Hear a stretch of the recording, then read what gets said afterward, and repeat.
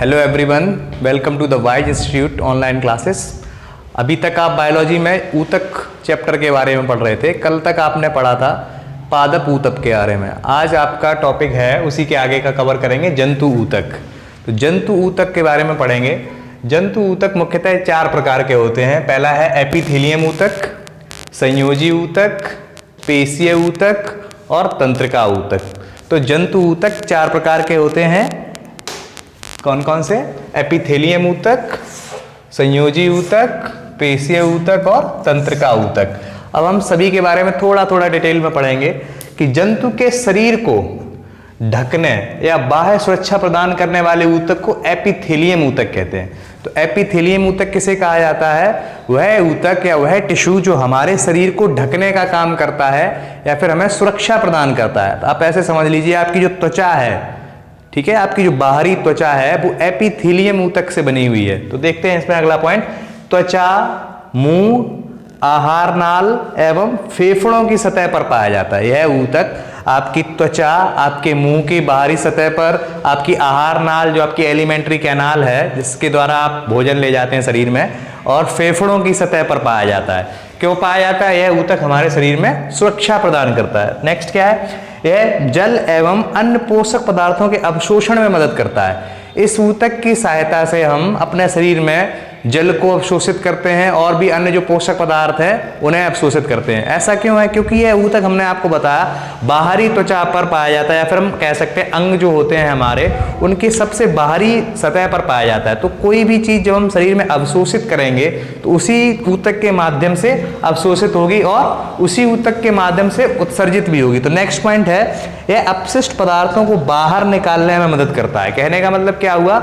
जब हम उत्सर्जन करते हैं तो इसी ऊतक के माध्यम से वो चीज बाहर भी निकलती है। जैसे मान लेते हैं, हम एक उदाहरण लेते हैं, जैसे कि आपके शरीर से पसीना निकलता है। तो पसीना किस ऊतक से निकल रहा है? आपकी बाहरी त्वचा से बाहर आ रहा है। तो कहने का मतलब क्या हुआ कि एपिथेलियम ऊतक जो होते हैं, एक बार फिर से देखेंगे, एपिथेलियम ऊतक जो होते हैं ये जंतु के शरीर को ढकने और बाह्य सुरक्षा प्रदान करने में सहायक होते हैं। आपके शरीर को ढकने के लिए कौन सा ऊतक होता है? एपिथेलियम ऊतक। ठीक है, आपके शरीर को सुरक्षा प्रदान करने वाला ऊतक कौन सा है? एपिथेलियम ऊतक।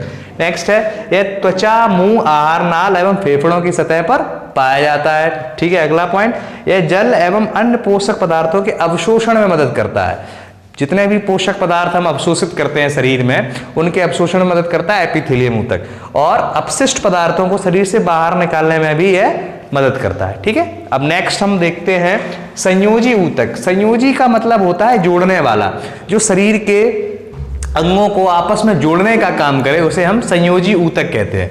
जैसे कि लिखा भी है यहाँ पर, शरीर के अंगों को जोड़ते हैं और सहारा देते हैं। शरीर के अंगों को आपस में जोड़ देते हैं और एक दूसरे को जोड़ने के बाद शरीर को सहारा देते हैं। ठीक है, कौन कौन से हो सकते हैं संयोजी ऊतक? अस्थि, अस्थि का मतलब है हड्डियां। आपके शरीर में जितनी भी हड्डियां हैं वो सब एक दूसरे से जुड़ी हुई हैं, जिसकी वजह से आपके शरीर को सपोर्ट मिलता है, आप चल फिर सकते हैं। ठीक है, उपास्थि, उपास्थि का मतलब होता है जो हड्डियों से थोड़ी सी लचीली होती हैं, और हड्डियों जैसे गुण होते हैं लेकिन ये थोड़ी सी लचीली होती हैं। आप एग्जाम्पल के लिए मान सकते हैं, आपके कान में, आपकी नाक में और आपके गले में जो भी पदार्थ है जिससे आपकी नाक, कान और गला बना हुआ है, ये हड्डी जैसी मजबूती तो होती है इसमें, लेकिन इसे हड्डी से ज्यादा लचीलापन होता है। तो इस पदार्थ को हम उपास्थि कहते हैं। तो आपका जो गला है, आपके कान है और आपका जो नाक है वो उपास्थि से बना होता है। इसी प्रकार जो अगला संयोजी ऊतक है वो है कंडरा। कंडरा क्या होता है? आप ध्यान से लिख लेंगे इस पॉइंट को। कंडरा ऊतक वह होता है, इसको हम इंग्लिश में टेंडन कहते हैं, टेंडन कहते हैं, इसको बोन कहते हैं, उपास्थि को कार्टिलेज कहते हैं। आप ध्यान से लिख लेंगे, अस्थि को बोन कहते हैं, हड्डी कहते हैं, उपास्थि को कार्टिलेज कहते हैं, कंडरा, कंडरा को हम टेंडन कहते हैं। कंडरा का काम क्या होता है? टेंडन का काम होता है मसल्स को बोन से कनेक्ट करने का काम करता है। मतलब आपकी जो मांसपेशियां हैं उनको अस्थियों से जोड़ने का काम कंडरा करता है। संयोजी ऊतक है, संयोजी ऊतक का काम क्या होता है? जोड़ने का। तो इसी प्रकार जो कंडरा है, कंडरा जो आपका संयोजी ऊतक है, आप पॉइंट को नोट करते चलेंगे, कंडरा जो आपका संयोजी ऊतक है यह आपकी पेशियों को, मांसपेशियों को अस्थियों से जोड़ने का काम करता है। क्लियर? नेक्स्ट है आपका स्नायु। स्नायु को हम लिगामेंट भी बोलते हैं, स्नायु को बोलते हैं लिगामेंट। क्या बोलते हैं? लिगामेंट। इसका काम क्या होता है? जिस प्रकार कंडरा या टेंडन मांसपेशियों को हड्डियों से जोड़ता है, इसी प्रकार जो स्नायु होता है वो हड्डियों को हड्डियों से जोड़ता है। आपस में दो हड्डियों को जोड़ने का काम स्नायु के द्वारा होता है, लिगामेंट के द्वारा होता है। फिर से सुन लेंगे, दो हड्डियों को आपस में जोड़ने का काम स्नायु द्वारा होता है, या फिर कह सकते हैं दो हड्डियों के बीच जो ज्वाइंट होता है उनके बीच में जो पदार्थ पाया जाता है उसे हम स्नायु कहते हैं। ठीक है, नेक्स्ट है रुधिर। रुधिर या फिर रक्त, ब्लड जिसे कहते हैं। तो रुधिर आप जानते हो कि हमारे पूरे शरीर में फैला हुआ है और ये एक तरल संयोजी ऊतक का काम करता है जो कि हमारे शरीर के सभी अंगों को जोड़ता है और पूरे शरीर में बहता रहता है। हमारे शरीर में हार्मोन्स, प्रोटीन्स, ठीक है, ऑक्सीजन को ले जाने वाला ऊतक रुधिर ही है। ठीक है, एक उपास्थि से संबंधित एक पॉइंट और है कि एक मछली होती है शार्क। शार्क मछली का पूरा शरीर,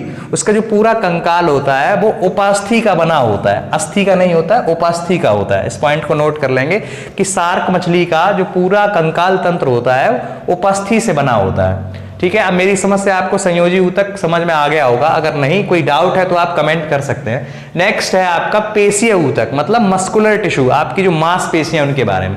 अब पेशीय ऊतक तीन प्रकार के होते हैं। सबसे पहला है कंकाल पेशी।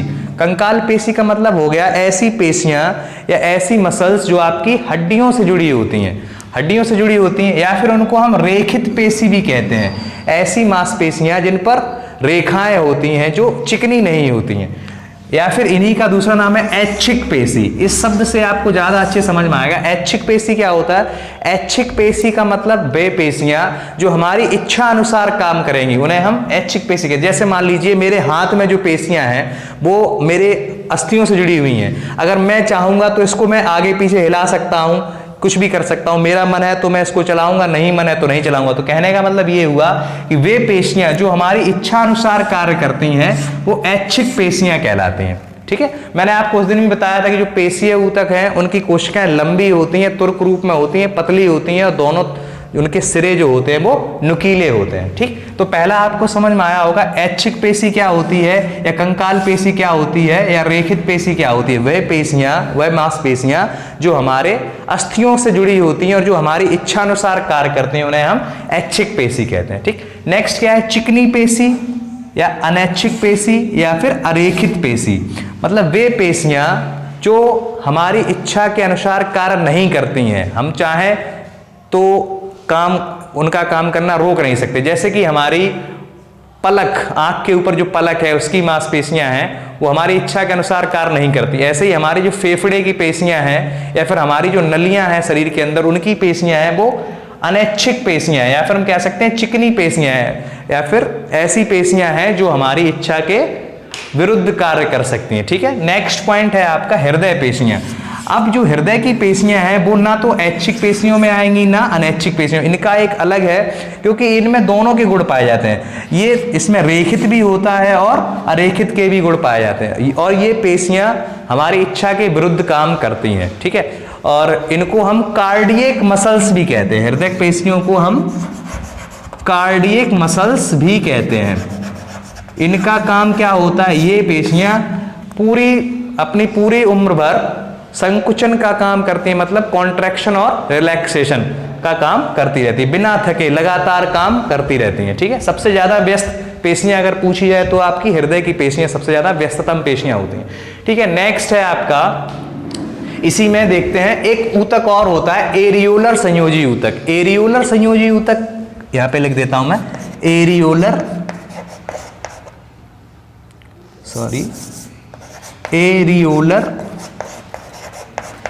संयोजी ऊतक। एरियोलर संयोजी ऊतक का काम क्या होता है? यह ऊतक जो होता है वो आपकी त्वचा और मांसपेशियों के बीच में पाया जाता है। एरियोलर संयोजी ऊतक आपकी त्वचा और मांसपेशियों के बीच में पाया जाता है, रक्त नलिकाओं के आसपास पाया जाता है और आपकी अस्थि मज्जा में पाया जाता है। एरियोलर संयोजी ऊतक आपकी त्वचा और मांसपेशियों के बीच में पाया जाता है और अंगों को जोड़ने का ही काम करता है। इसके अलावा एक और ऊतक होता है जिसको हम वसामय ऊतक या फिर इंग्लिश में बोले तो एडिपोज टिश्यू कहते हैं। एडिपोज टिश्यू आप ध्यान रखेंगे, वसामय ऊतक या फिर एडिपोज टिश्यू कहते हैं। इस टिश्यू का कार्य क्या है, इस ऊतक का काम क्या है, यह जो ऊतक होता है आपका वो त्वचा और आंतरिक अंगों के बीच में पाया जाता है, और जैसे इसके नाम में वसामय ऊतक, इसमें वसा की कोशिकाएं पाई जाती हैं और यह शरीर में ऊष्मा के कुचालक का काम करता है। कहने का मतलब फैट का स्टोरेज करता है और ऊष्मा को हमारे शरीर से निकलने नहीं देता। यही कारण होता है कि जो मोटे लोग होते हैं जिनके शरीर में फैट ज्यादा पाया जाता है उनको सर्दियों में कम ठंड लगती है, क्योंकि उनके अंदर जो एडिपोज टिश्यू होता है, वसामय ऊतक होता है, वो उसके अंदर की ऊष्मा को बाहर नहीं निकलने देता है। ये ऊष्मीय कुचालक ऊतक का कार्य करता है। ठीक है, नेक्स्ट है तंत्रिका ऊतक। ये तो मैंने आपको उस दिन भी बताया था कि सबसे बड़ा ऊतक हमारे शरीर में तंत्रिका ऊतक होता है। तंत्रिका ऊतक किसमें किसमें पाया जाता है? यह ऊतक मस्तिष्क में, आपके ब्रेन में, मेरुरज्जु स्पाइनल कॉर्ड में और तंत्रिकाओं नर्व्स में पाया जाता है। ठीक है, इसकी कोशिकाओं को न्यूरॉन कहते हैं। मैंने आपको बताया था उस दिन, तंत्रिका कोशिका जिससे बनी होती है उसको हम न्यूरॉन कहते हैं। यह संदेश वाहक का कार्य करती है। जितने भी मैसेज आपके शरीर से ब्रेन तक जाते हैं उन सभी को ले जाने का काम तंत्रिका ऊतक का होता है। ठीक है, टॉपिक में बस इतना ही। अगर जो चीज़ समझ में नहीं आई आपसे कमेंट कर सकते हैं। Thank you.